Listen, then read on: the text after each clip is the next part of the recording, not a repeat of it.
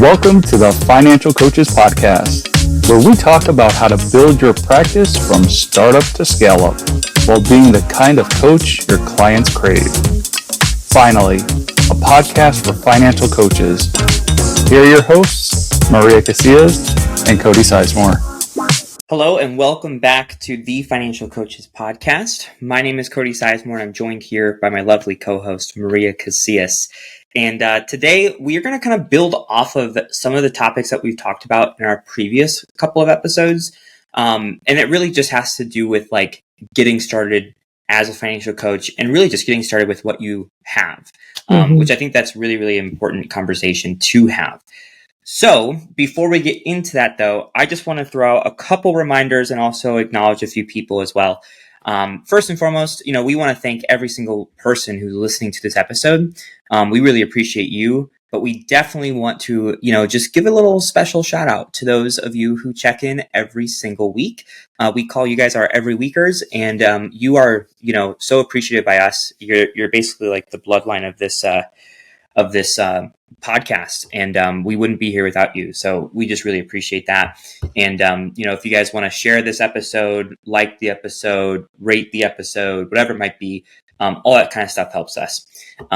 Beyond that, we also want to connect with you as well. We don't, we talk to you, but we don't know you. Some of you, and we want to get to know you. So one of the best ways to do that is to hop into our Facebook group. And that is called the Financial Coaches Community by New Money Habits. You can find that on Facebook. Just answer a few questions, hop right in, introduce yourself, and, ask questions. Interact with us. We can kind of like build a relationship there, and, we can even hop on a call with you too. I've actually talked to several coaches this past month, actually. I think probably like 3 or 4 of them, to be honest with you. So, we love doing that and, just investing into you even more than just this podcast. So with all that being said, let's get into this episode. Maria, how yes, you doing sir. today? I'm doing super well. Thank you. Yourself? Doing better now. Good. I had a rough morning. It's feeling a little bit nauseous, but I'm good now. Oh, good. Well, I'm glad that we're able to still hop on here and deliver this incredible message to our listeners today. Listen, this is something that just came up a few weeks ago. One of the things that New Money Habits does is try to do some volunteer work in our community. And in the city in which we live, there is a library program. It's called EON, Entrepreneur Outreach Network, and they have a youth version of that every summer. So the youth version of that is just like a 2-week camp where they, have as many kids who are wanting to sign up come in and basically figure out how to be an entrepreneur. And they have to set up a business plan. They have to figure out how they're going to spend their money. They present this whole presentation to a group of what used to be called judges. Now they're calling them investors. And those investors are deciding where they're going to put their money. So it's kind of a cool, project that these kids go through. It's a process that they have to figure out how to navigate. And then as they get older, the hope is that we have some budding entrepreneurs in our community. Well, Mike and I were actually volunteering over there about a week ago, and we figured one of the things that the kids were going to talk about was if their finances in their business, right? And we like to give them a $25 gift card in order to let them as a group decide what they're going to do. So each small group gets this $25 gift card, and then they get to go and spend the money on the things that they think are going to help their business idea grow. Well, one of the things that we talked about during that was the idea of brainstorming all of the things that you want and then having that wah moment where you realize, oh yeah, that's going to cost way more than $25. And then having to prioritize what it is that they need. And it just kind of reminded me about when I first started business and when I was coaching other small business owners that weren't necessarily financial coaches, but one of the stories that always comes to mind is a budding baker. And she had been baking for years, and people were actually like saying, hey, I'd love you to make this for me. And so she was starting to get some money from that. But when it came to opening her doors as an actual business, she got all stuck in her mind about, well, I don't have the proper tools in order to actually create this business. And I said, well, what's one example of that? She goes, well, for example, a piping, I think it's called an icing pipe or something. I'm obviously not a baker. I don't know what it's called, but it's the thing that you stick the icing through. And I said, well, what have you been using all these years when you're creating this product that people are willing to pay you for? And she said, girl, you'd never believe it, but I've just put a little hole inside one of the little Ziploc bags and I've used that. I said, well, so keep doing that until you've sold enough cupcakes to buy yourself a proper icing, whatever it's called.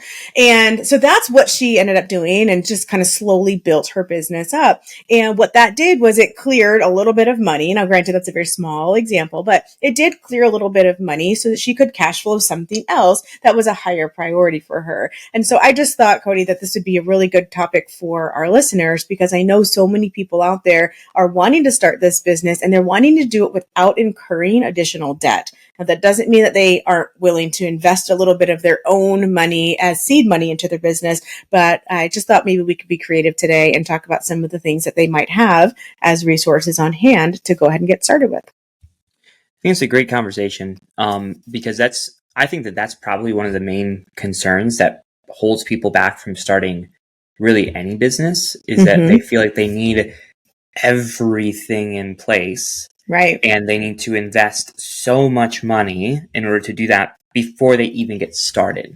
Right. You know?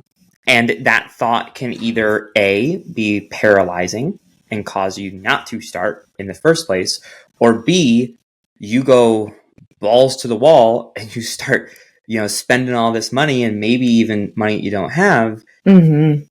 And then you think that just because you get everything that like everything's supposed to work. And all the clients and all the money is supposed to just come to you. Right. But then you realize that doesn't work either. And that's not how it actually works. Right. Yep. Which then leaves you frustrated and then you just give up and then you're stuck with all that kind of stuff, Yeah. So I think it's a really, really important thing.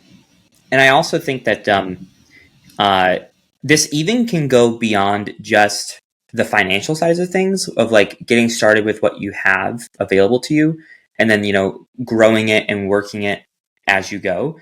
But I also think that this can also go into your skill sets, your curriculum, everything. Yep. Just start with what you know. And then as you start working with people, you'll start to see like what's working well, what's not, what's missing, all those different types of things. And then eventually you'll get things into a place to where you're like, yes, this is where I'm supposed to be, even with, that side of the equation as well. Yeah, I agree. Awesome. So you had mentioned starting with the resources that we have or could potentially have. So what are you kind of thinking about that? What's going through your head there? I mean, you kind of just touched on some of it where you were talking about, some of the skill set we have or the talents that we're given or, it's just some of the natural gifts that we have. Those are resources. I think some of the people that we know are resources. And, I know that we don't always advocate for trading services, but I have known some pretty, successful people who didn't have a whole lot to start with. And so, for example, they wanted to build a website. Now we all know, we've said here that you don't need a website to get started, but this person wanted a website and she was willing to trade her services for somebody who was able to build a website for her. And that just was a really good win-win situation for them because one of them was able to build that website relatively quickly, whereas it would have taken hours and hours and hours of research and resources of time in order to build up to that spot where that person needed. And all they needed to do instead was trade services and be able to coach this person through something. And so I think that's one of the things that we need to recognize as a resource as well. People who have those talents that we maybe are lacking in. I also think that one of the things that it creates for us, if we really want to start where we are, is it awakens in us a creativity that we might not have even known we had. Because you touched on two different things, Cody, when you said that it can either lead to, that scarcity idea and then just paralyzation, or it could lead to going just hog wild and spending a bunch of stuff thinking that that's the solution. But I think that the middle ground for that is actually recognizing that you might have limited resources, but very much like that tube of toothpaste, or if it's full, you'll use the whole, nice big thing. When you have a small amount of that, you figure out real quickly how to brush your teeth with a lot smaller amount. And when you're camping, maybe you realize that you could probably do it with just water.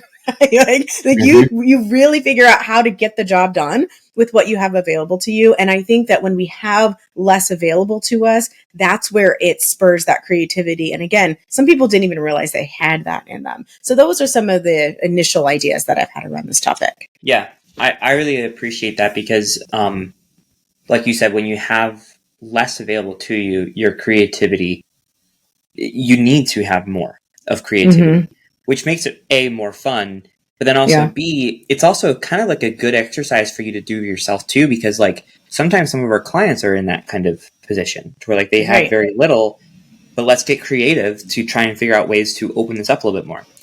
So if you have to go through that yourself, then the ability for you to help coach someone through that goes way up, So just having that, I think, is a really good point too. I want to just note something that for those of you who are listening to this and you're an aspiring coach, so you haven't started the coaching yet, but you're kind of like where we're talking about, you're you're trying to think about, what do I need? How much is it going to cost? What do I do? All that kind of stuff. I can tell you this, generally speaking, a coaching practice isn't that expensive to run. Really what it comes down to, for the most part, is just like a handful of monthly subscriptions for, things that we kind of went over in the last episodes that we talked about, like schedulers, payment processors, Zoom, stuff like that. Right. Now, one of those subscriptions that could be a little bit more costly would be something like a CRM. And so, for example, like my CRM, I just got my bill a few months ago, actually, and I do the year amount so I can save a little bit. And it was like $1,800 for the year. But that's because my list is bigger now and I needed to make more room for it. So something like that, like when I first started, I didn't have a CRM for, I think, like the first, like almost a year, I think. But what I did do is I kept really good records of the people I talked to, their name, their email, their phone number, stuff like that. So that when I did get a CRM, because, I built the business into something that I thought like, hey, like this actually makes sense to do now. I just put it in manually. And then from there, it all just automated from there. So that's even one example of like, I didn't let not having a CRM hold me back from getting started, Yeah, it's a great example. And I'm really glad you brought it up because you're saying, hey, I had paper and I had pen and I had organizational skills. So I put those resources together and made do with what I had until I was able to do something more. And then you didn't discard all of those resources. You actually built upon them. That was the foundation for you. You put them into the CRM. And it's, great example. Yeah. I think that as coaches, probably the biggest expense that would be for us would probably be investing into coaching for ourselves, to be honest with you.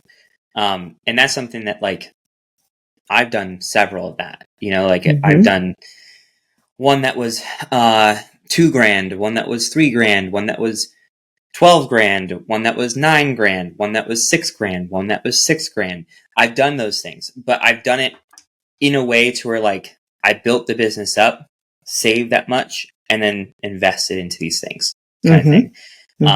And there are some that are, more affordable.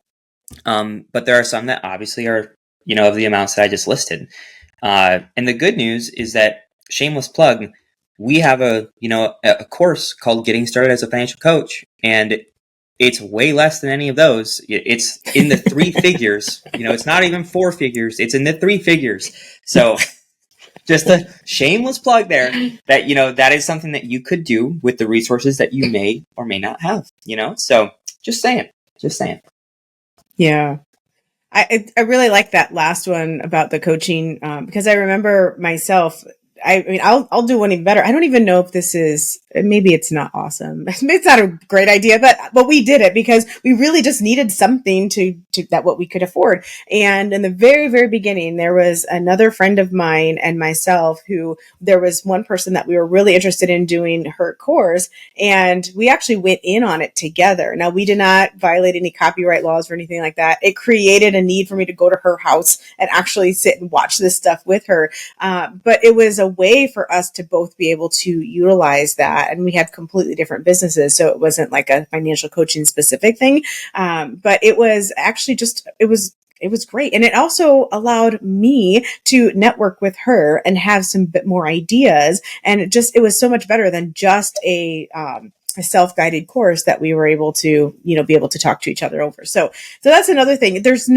really is no excuse. You can create your destiny through the resources that you have.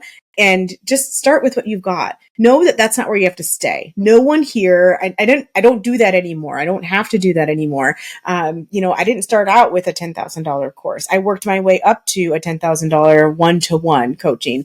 It was not something that I said I can absolutely do this. And the other thing too is that I learned some really tough lessons along the way. Some of the people I invested in, I wish I had not. And it had more to do with who they were as people, a lot less to do that, with the content. But I learned how to be a better person at vetting the people that I was giving money to. So that's another thing, it was a good lesson. I'm glad I learned it at the $1,500 level, not the $10,000 level. Just throwing that out there. But that's not even what we were talking about today. I just wanted to say, let's make sure that you start with what you have.